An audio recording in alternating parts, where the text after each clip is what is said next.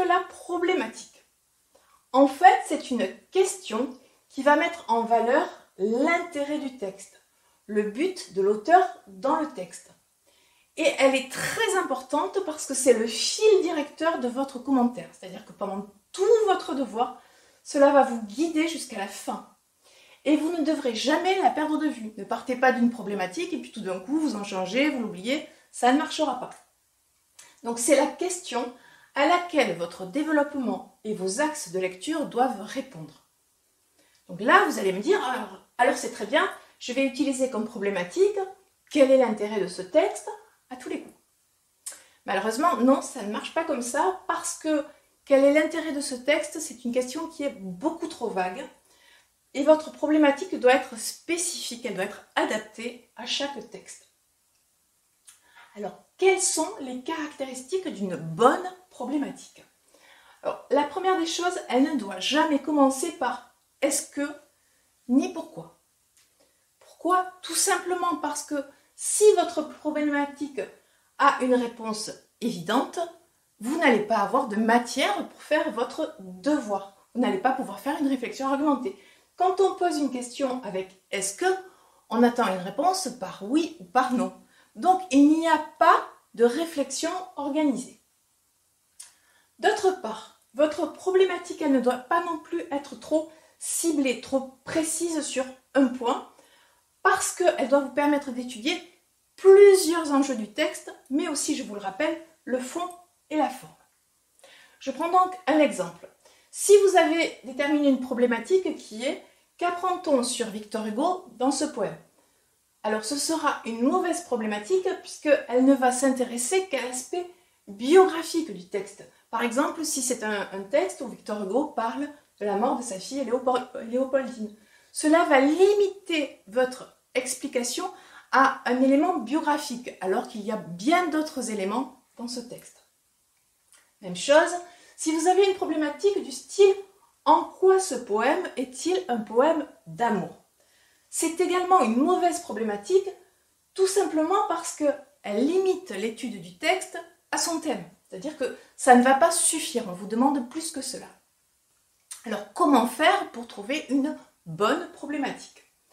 Alors, le premier indice, vous devez savoir qu'elle doit commencer par dans quelle mesure, en quoi ou comment, pour que la réponse ne soit pas évidente. Mais ce n'est pas le seul critère qui vous permet de déterminer votre problématique. Si vous regardez le mot problématique lui-même, vous reconnaissez à l'intérieur le terme problème. Donc, qui dit problématique dit problème. Donc, votre problématique, elle doit contenir deux termes qui vont s'opposer, en tout cas qui vont être en conflit l'un l'autre, qui vont permettre de discuter. Et, autre indice, elle doit contenir entre 2 et 4 mots-clés de vos axes. Comme ça, vous êtes sûr que la problématique et les axes vont correspondre. Je prends un exemple. Comment cette scène de déclaration d'amour montre-t-elle la force des passions, mais aussi leur danger? Donc si vous regardez là, j'ai la force des passions, j'ai un connecteur logique mais qui met en scène une opposition, les dangers. Et je vois clairement de quoi va parler mon commentaire.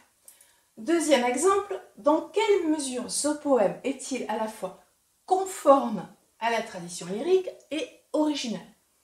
Si je regarde cette problématique, là encore, j'ai deux termes qui s'opposent puisque j'ai conforme à la tradition lyrique, mais j'ai aussi le terme original. Donc on va avoir un devoir intéressant qui cherche vraiment à argumenter.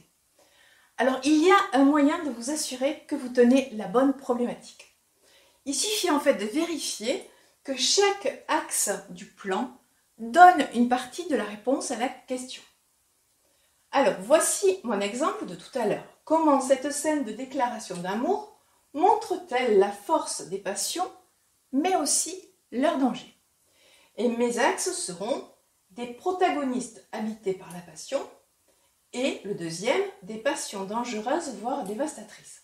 Alors, je regarde et je m'aperçois que la première partie, le premier axe des protagonistes habités par la passion correspond à la première partie de ma question.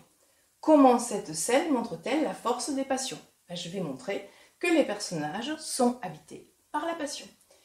Et ensuite, mon deuxième axe des passions dangereuses, voire dévastatrices, correspond à la deuxième partie de ma problématique, à savoir les dangers de la passion.